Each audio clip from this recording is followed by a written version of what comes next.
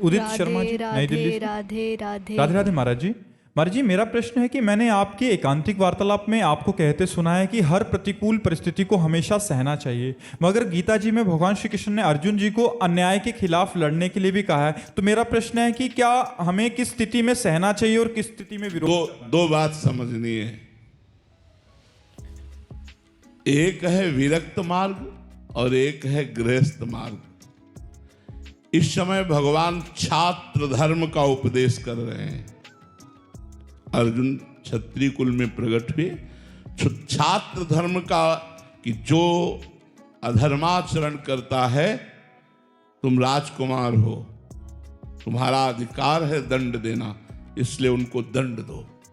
लेकिन अगर यही एक साधु की बात हो तो भगवान उसे देखो, अगर कोई भागवत पढ़ता हो एकादश स्कंद में तितिक्ष ब्राह्मण की कथा भगवान सुनाते हैं एकादश स्कंद में। उस समय कहते हैं, हे उद्धव, यदि कोई गर्दन पकड़ कर दबा दे, बांध दे, पीड़ा दे, पिटाई करे, तो भी कुछ नहीं बोलना चाहिए, चुपचाप सह जाना चाहिए। बाहरी कोई सहयोग न लेकर अपनी विवेकमयी बुद्धि के द्वारा आत्मस्वरूप में सबको देखते हुए सह जाना चाहिए। तो उद्धव जी ने कहा सहना तो बहुत कठिन है। तब तितिक्षु ब्राह्मण की भगवान ने कथा सुनाई। जब हम विरक्त मार्ग का अनुसरण करेंगे, भगवत मार्ग का अनुसरण करेंगे, तो क्षमा, उमा संत कह यही बड़ाई, मंद करत जो कले भलाई। वो बुरा कर रहा है, हम उसका भला कर रहे हैं, ये हमारा साधु मार्ग है। लेकिन उस समय अर्जुन जी छात्र धर्म से युक्त युद्ध भूमि के बीच में हैं, तो भगवान छात्र धर्म का उपदेश कर रहे हैं। और जब ज्ञान मार्ग का, भगवत मार्ग का उपदेश होता है, तो ये क्रूरा पापिनो न च सताम संभाष्य दृश्याश्च ये सर्वान वस्तुतया निरीक्ष परम स्वाराध्य बुद्धिर्मम। जो घोर पापी हैं, दुष्ट हैं, नीच हैं, संभाषण योग्य भी नहीं, उनमें भी मेरे श्री राधा वल्लभ लाल विराजमान है, ऐसी दृष्टि रखो। घोर पापी में भी भगवत दृष्टि रखने की बात विरक्त मार्ग, भगवत मार्ग में, भक्त मार्ग में आई है। तो ये बात दोनों का मिलान नहीं हो सकता।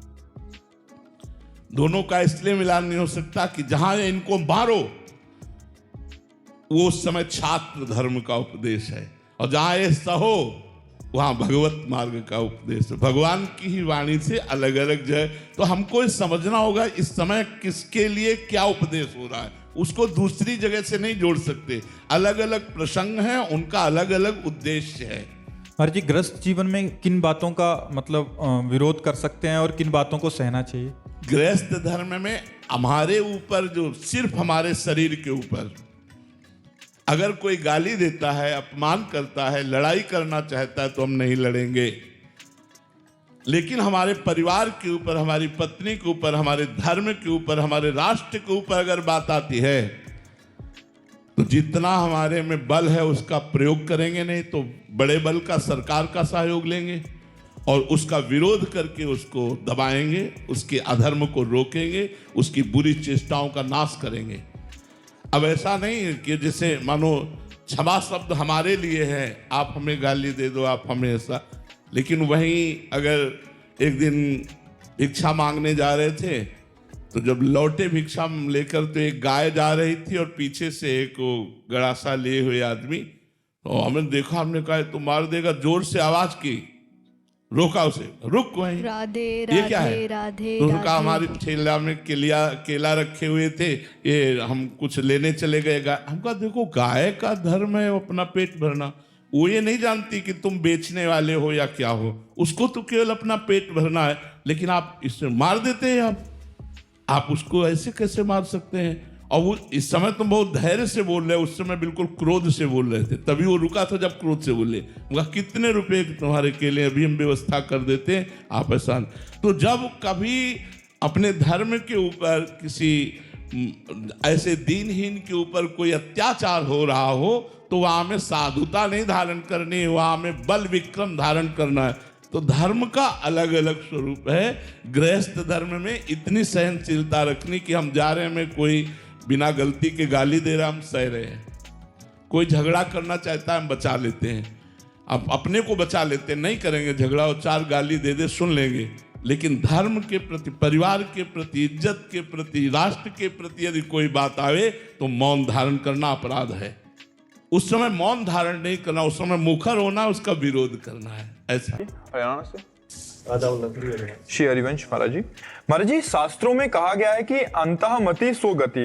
कृपया महाराज जी ये स्पष्ट करने की कृपा करें कि अंतःमति का वास्तविक निर्णय किस आधार पर होता है? क्या वह केवल मृत्यु के अंतिम क्षण के तत्काल चित्त विचार से तय होती है या फिर जीवन भर की साधना, नाम जप और अंतःकरण में बने संस्कारों से? सही बात तो पूछो तो जीवन भर की साधना का जो परिणाम है वो फाइनल अंत में मिलता है।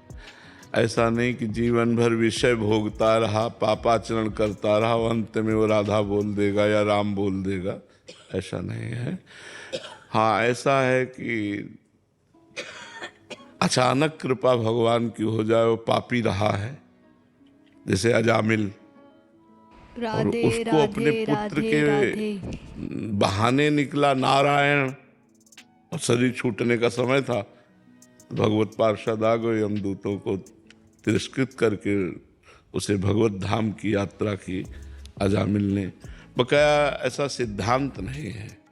सिद्धांत ये है कि जो जीवन भर भजन करता है, भगवान का चिंतन करता है, यदि वो अंतिम समय भगवान का चिंतन नहीं कर पाता, बेहोश कोमा में चला गया, अब वो भगवत चिंतन करने लायक है नहीं, तो उस समय फिर भगवान उसके अंदर चिंतन देते हैं, क्योंकि सिद्धांत है, अंतःमति सो गति।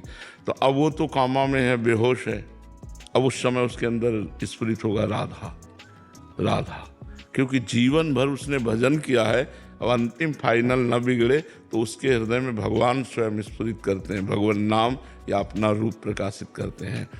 या अंतिम समय किसी महात्मा की कृपा हो जाए, जैसे पूज्य राधा बाबा की कुटिया थी, तो सामने एक बूढ़ी माई आकर के सोहनी लगाती थी रोज, तो उठते बैठते कभी बाबा की दृष्टि चली जाती थी, तो कई वर्ष से वो सोहनी लगा रही थी नियम पूर्वक। फिर 2-3 दिन नहीं आई तो बाबा ने पूछा कि वो माता जी जो आती थी वो नहीं है। ऐसा ना समझे कि संतों की दृष्टि नहीं रहती, बाबा कभी बोले नहीं, कुछ कहा नहीं, लेकिन दृष्टि में तो बोले माता जी ने, बोले महाराज वो तो बहुत बीमार 2-3 दिन से थी, हमें लगता उनका शरीर पूरा हो जाएगा। बोले अरे शरीर पूरा हो जाएगा, चलो हमें ले चलो, कहाँ है माता जी? अब ले गए तो वो पड़ी ही थी बेहोश स्थिति में, तो ऐसे जाकर माथे पे हाथ रखा और कहा माता जी कुछ दिखाई दे रहा है? बोले हाँ, राधा माधव खड़े हुए हैं, मुस्कुरा रहे हैं और कह रहे हैं चलो हमारे साथ। बाबा उठे और चल दिए, और माता जी का शरीर पूरा हो गया। तो किसी सिद्ध पुरुष की अंतिम समय कृपा हो जाए, भगवान की कृपा हो जाए कि कोई भक्त सानिध्य मिल जाए और उसे नाम कीर्तन, मान लो बेहोश है लेकिन उसके वातावरण में नाम कीर्तन शुरू हो गया, जहाँ शरीर बेहोश पड़ा है, तो उसको भगवत गति प्राप्त हो जाएगी। या जीवन भर भजन किया है, अंतिम समय भगवत स्मरण हो जाए या भगवान अंतिम समय स्मरण करवा दें, गति उसकी वही होगी जो जीवन भर भगवान का आश्रय लिया है या किसी संत का आश्रय लिया है। ऐसा नहीं कि पापाचरण कर रहा है। वो एक अजामिल उदाहरण में आए हैं, बकाया ऐसा प्रायः बहुत कम है कि कोई जीवन भर पापाचरण करता रहो, ऐसा संबंध से हो सकता है।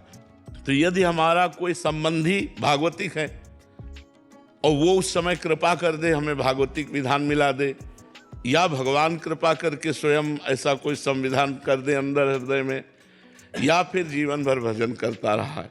पर खास बात जीवन भर भजन करने वाले की है कि जो जीवन भर भगवान का भजन करता रहा, अंतिम समय भगवान का स्मरण कर, वो भगवान का विशेष लाडला होगा। कल्याण हो जाना और भगवान का प्रेम प्राप्त होना, ये दोनों अलग बात है। तो कल्याण तो 2-3 गतियों से हो जाता है, जैसे किसी बहाने से भगवान नाम स्मरण हो जाना, या बेहोश स्थिति में आसपास भगवान नाम कीर्तन होना, चरणामृत पवा देना, रज लगा देना, कोई दया करके ऐसा करुणा करके संत या कोई गृहस्थ भी ऐसा कर सकता है। मान लो कोई प्राणी मर रहा है, हम उसके मुख में चरणामृत डाल दिया, रज डाल दिया, रज लगा दिया, राधा सुना दिया, अब उसका कल्याण हो जाएगा। या अंतिम समय भगवान की कृपा से कोई संत भगवान कृपा कर दे, ये भगवान वैसे प्रेम और विशेष कृपा उसी पर करते हैं जो जीवन भर भजन करता रहा, वो भगवान की फिर दिव्य लीला में सम्मिलित हो जाएगा। कल्याण होना एक अलग बात है, कल्याण तो इतने में भी हो जाएगा कि इन घटनाओं से। लेकिन अंतिम समय प्रायः जो जीवन भर भजन नहीं करते उनको ऐसा मांगलिक संयोग नहीं मिलता, ऐसा मंगलमय संयोग नहीं मिलता। पर कृपालु भगवान कब किस पर कृपा कर दे ये भी नहीं कहा जा सकता। भगवान कृपालु हैं, कब किस पर कृपा कर दे, कौ जीवन भर पापाचरण करता रहा और अंत में संत समागम हो जाए, अंत में भगवान का स्मरण आ जाए, घबरा कर भगवान को पुकार पड़े अंत में, तो बात बन जाएगी। तो फाइनल में तो जैसी मति होती वैसी ही गति होती है। अब मति भगवान की प्रेरणा, संत प्रेरणा, भक्त प्रेरणा, संयोग इनके द्वारा बनती है या पूरे जीवन भर भजन करता रहा उनके द्वारा बनती है, इसका निर्णय भगवान ही कर सकते हैं। सोनू जी लुधियाना, श्री हरिवंश महाराज जी। गुरुदेव भगवान, गुरु कृपा से मिले भजन को करते हुए अगर हम सत्गुण, रजोगुण और तमोगुण को पार करने की चरम सीमा पर हैं, उसके क्या लक्षण हैं?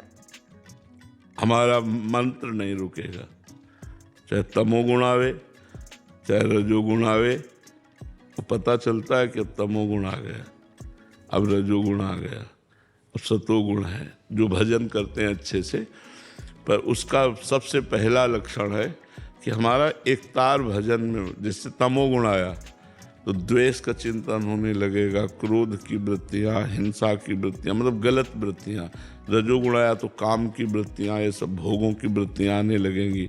तो अब वो भोगों की वृत्तियों में भजन उसका नहीं रुक रहा, वृत्ति चल रही, वृत्ति तो चल रही, पर राधा राधा राधा राधा, तो वो वृत्ति डिलीट होती जा रही, वो संस्कार नहीं डाल पा रही। तो अब रजोगुण पर आप धीरे धीरे विजय प्राप्त करेंगे, क्योंकि रजोगुण भोग प्रवृत्तियाँ आ रही हैं और आपका भजन नहीं रुक रहा है। ऐसे तमोगुण की वृत्तियाँ आ रही पर आपका भजन नहीं रुक रहा है, सतोगुण की वृत्तियाँ आ रही पर आपका भजन नहीं रुक रहा। एक तार भजन चल रहा है और गुण के प्रभाव से प्रभावित होकर कोई क्रिया नहीं कर रहे आप।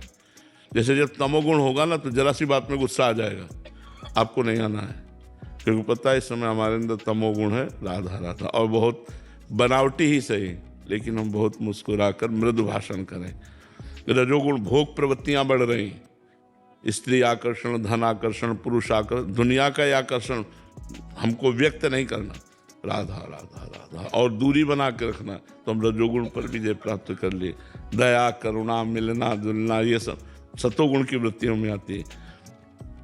उसको भी अंदर से निर्ममो निरहंकारा सम दुखा सुखा शमी, जो निर्मम होता है वो सतोगुण पर भी विजय प्राप्त कर लेता है। कोई किसी से ममता नहीं, सब पर हमारी भावना है कि सबको सुख मिले, लेकिन ममता शरीर से किसी के नहीं, तो सतोगुण पर भी विजय प्राप्त कर लेता है।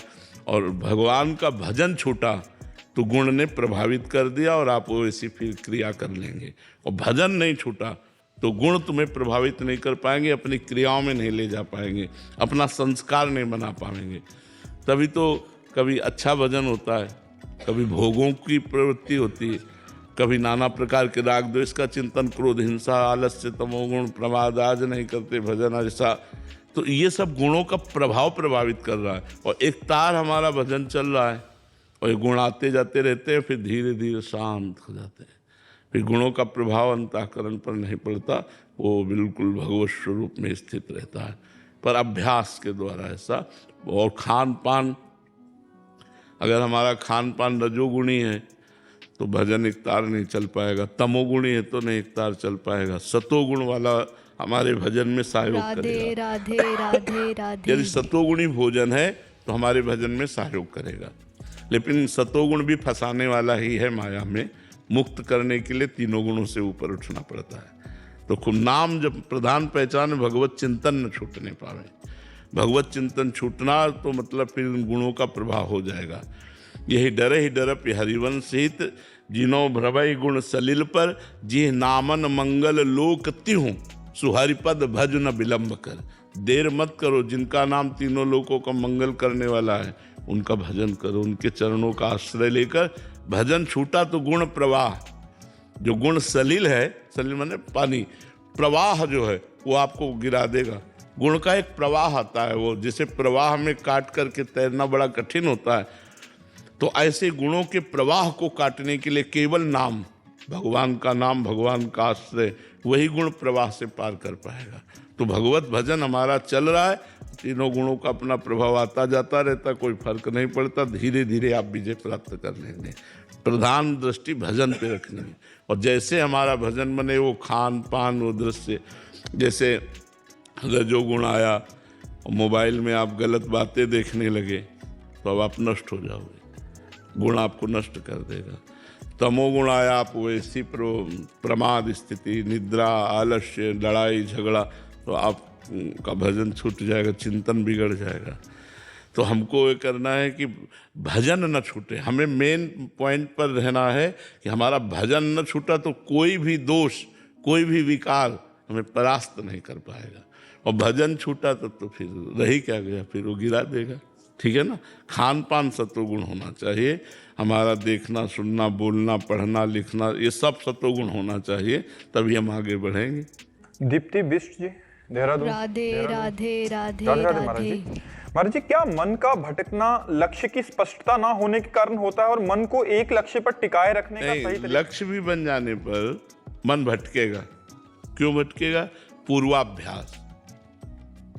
जैसे हमारा लक्ष्य है कि हम भगवान को प्राप्त करें और उसमें बाधक है संसारिक भोग, अब हम नहीं चाहते, हमारा लक्ष्य प्रभु है, पर पूर्वाभ्यास, जो हमारे मन का पूर्वाभ्यास भोगों में जाने का रहा है वो रहेगा, और उसको काटना है नए अभ्यास के द्वारा। हमारे नया अभ्यास भजन का ऐसा करना है, इसमें नहीं माना जाएगा कि तुम्हारा लक्ष्य ठीक नहीं था इसलिए तुम्हारा मन चला गया, नहीं, गलत बात। लक्ष्य उसका ठीक है, पर पूर्वाभ्यास भोगों का जो मन का है वो मन चला गया और वो संभाल नहीं पाया और ऐसी क्रिया कर बैठा। तुम्हारा लक्ष्य ठीक नहीं था इसलिए तुम, ऐसा नहीं हो सकता। उसका लक्ष्य ठीक है पर पूर्वाभ्यास गलती करा सकता है, या कुसंग, मतलब बिल्कुल लक्ष्य ठीक है लेकिन थोड़ी देर के लिए कुसंग हो गया, गलत स्त्री, गलत पुरुष, गलत ऐसा संग हो गया और वो भ्रष्ट हो गया। तो खास बात है मन के पूर्वाभ्यास को नए अभ्यास के द्वारा काट करके हमें प्रभु में लगाना। और संसारिक लक्ष्य हो कोई कि मैं ये बनूंगा, मैं डॉक्टर बनूंगा, या मैं, मतलब संसारिक दृष्टिकोण, ये तो साधक की दृष्टिकोण तो उसमें भी संयम की जरूरत है। भाई हमें कोई ऊंचाई प्राप्त करनी है तो हमें साधना करनी पड़ेगी। तो अगर सांसारिक पद भी चाहिए तो तपस्या करनी पड़ेगी, साधना करनी पड़ेगी। अगर आप ऊंचे पदों पे हैं तो पूर्व में आपने तपस्या की है, दान पुण्य किया है, उसके बल से आज हैं। आज करोगे तो आगे आपको प्राप्त होगा। बकाया संयम और पुण्य और संस्कार अपने अच्छे बनाने के लिए सबको तत्पर रहना चाहिए। हम संयम से रहें, हम अच्छे आदतें बनावें और भगवान की तरफ हम बढ़ें तो हमारा परम मंगल होगा, ये निश्चित है। कोई ऐसा कि हम भ्रष्ट आचरण करें और हम उन्नति को प्राप्त हों, तो हो सकता है कि आप भ्रष्ट आचरण कर रहे हो, आपके पुण्य है पीछे के जोरदार, तो आप आज उन्नति को प्राप्त होगे, लेकिन वो उन्नति टिकाऊ नहीं होगी, क्योंकि आपका जिस दिन वो पुण्य खर्चा हो जाएगा उस दिन आप बिल्कुल धम्म से गिर पड़ेंगे, नष्ट हो जाएंगे, किसी काम के नहीं। अगर हमको ऊंचाई पर टिके रहना है, ऊंचाई पर पहुंचना है, तो हमें पुण्य करना है, हमें तपस्या करनी है, हमें साधना करनी है, और भगवान तक पहुंचने के लिए तो दिव्य साधना करनी है। उसमें तो तनिक भी ढुलमुल नहीं, उसमें तो पूर्ण लक्ष्य। तो हमें पूर्वाभ्यासी जो विषयी मन है उसे भगवत अभ्यासी बनाना पड़ेगा, ये हमारी पक्की बात है। अगर हम पूर्वाभ्यास में ही लगे रहे तो हम फिर लक्ष्य तक नहीं पहुंच पाएंगे। पूर्वाभ्यास को काटना होगा, और पुरानी आदत को काटना बहुत कठिन होता है। छोटी छोटी चीजें पूर्वाभ्यास अगर हमारा है तो हमको हरा देती है, हमको विवश कर देती, फिर बड़े बड़े भोगों में आसक्ति। तो इसीलिए भगवान की प्राप्ति कठिन है कि पूर्वाभ्यासी मन हमको भोगों में लगा देता, हमको उसे काटना। साधना किस बात की है? इसी बात की है कि पूर्वाभ्यासी भोगी मन को योगी बनाना है। शरीर में योग चिन्ह धारण करने से योगी नहीं होता, मन को योगी बनाना है। जो मन विषयी है, भोगी है, उसे योगी बनाना है, भगवान से जोड़ना है। भगवान से जुड़ना ही तो योग है। चित्त वृत्ति को रोककर परमात्मा में लगाना ही योग है। तो इसलिए पूर्वाभ्यासी मन को भगवत अभ्यासी बनाना, और लक्ष्य दृढ़ है। राधे राधे पर पूर्वाभ्यास में अगर लग गए तो फिर भ्रष्ट हो जाओगे, ये बात है। अनुराग जी उज्जैन से। राधे राधे। राधे राधे महाराज जी। महाराज जी आपके चरणों में कोटि कोटि प्रणाम। महाराज जी पिछले 1 वर्ष से एकांतिक वार्तालाप सुन रहा हूँ और नाम जपने का भी प्रयास कर रहा हूँ। प्रभु अभी तो भोग केवल हमें लुभाने का प्रयास ही कर रहे हैं और हम चित्त उनमें लगा देते हैं, चाहे वो कोई व्यक्ति, वस्तु या अन्य सुविधाएं। प्रभु जब भोग भोगने के लिए पूर्ण रूप से अनुकूलता प्रकट करेगी तो तब हमारा क्या होगा? महाराज जी डर लगता है। उसे डर लगता है तो अच्छी बात है, लेकिन सही डर लग जाए तो हम बच सकते हैं। अभी सही माने में डर नहीं है। ऊपर से हम कहते डर है और अंदर से सुखद लगता है। भोगों की तरफ हमारी रुचि क्यों है? क्योंकि वो सुखद लगते हैं, सुख देने वाले लगते हैं। लगता है कि भोग लेते हैं तो सुखी हो जाएंगे। तो ऊपर से डर लगता है, अंदर से सुख बुद्धि है। अंदर से डर लगने लगे तो बचत हमारी हो जाए। वो होगा जब थोड़ा ज्ञान हो, थोड़ा हमको अध्यात्म का ज्ञान हो, तब बात समझ में आएगी। ये भोग, आप तो बच्चे हो, बड़े बड़े साधकों को, बड़े बड़े अच्छे परमार्थियों को भी लुभायमान कर लेते हैं। मतलब ज्ञानियों को भी लुभायमान कर लेते हैं। आप तो अभी बालक ही हो। ज्ञानिनामपि चेतांसि देवी भगवती ही सा बलादा कृष्ण मोहाय महामाया प्रेक्षति।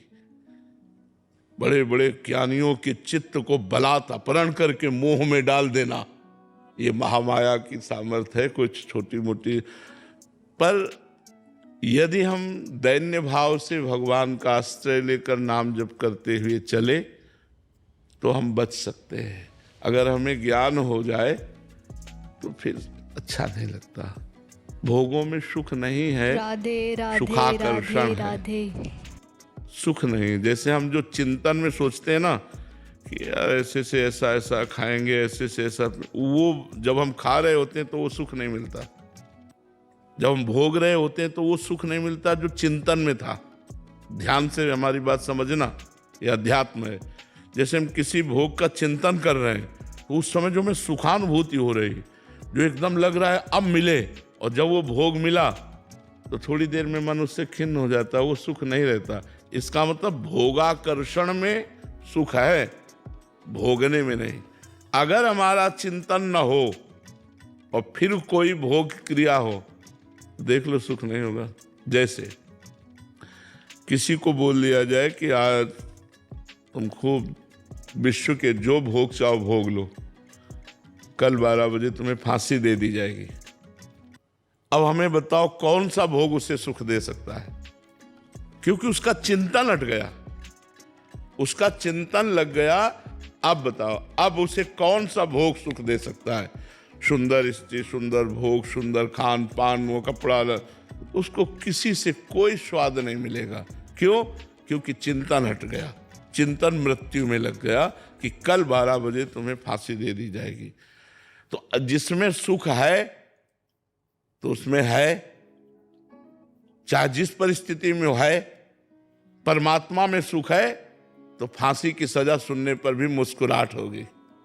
जैसे श्री दाम नाम के एक भक्त थे, वो बड़े करुणाशील थे। भक्त में करुणा होती, दया होती। तो वो बादशाह के खजांची थे। तो जैसे कोई गया हो, महाराज मैं गरीब आदमी हूँ, बेटी का ब्याह है, तो खजाने से वो दे देते।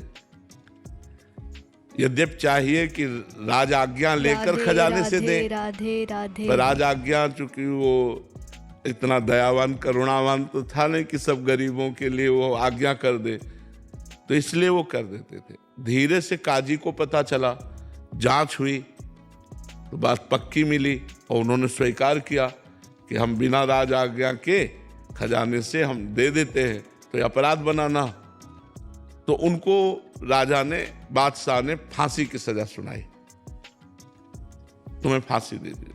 और बड़े भक्त, भगवान का भजन करने वाले, बड़े करुणा में, मतलब वो राज आज्ञा में रहते थे लेकिन वो संत थे। उनका चरित्र है, श्री राम जी का चरित्र है। वो मुस्कुरा दिए। जब फांसी की आज्ञा हुई तो मुस्कुरा दिए। और उनके आराध्य देव थे महाराष्ट्र में जो विराजमान विट्ठल भगवान है। विट्ठल भगवान आराध्य देव थे। तो कहा जैसी विट्ठल की कृपा। तो उनका तुम्हारी अंतिम इच्छा क्या है? तो उनका एक बार विट्ठल भगवान के सामने से मुझे निकलवा दो, मतलब एक बार आंख मिलवा दो। तो उनको बंधन में डाल करके और विट्ठल भगवान के सामने गए। कहा आप राजी हो? बचल दे, आप राजी हो कि मुझे फांसी हो? तो हम राजी हैं। जोई जोई प्यारो करे सोई मोहि भाए। यदि प्यारे तुम्हें ऐसा लगता है कि अब मेरा राधे शरीर अंत तो राधे फांसी के द्वारा, राधे राधे। कोई बात नहीं।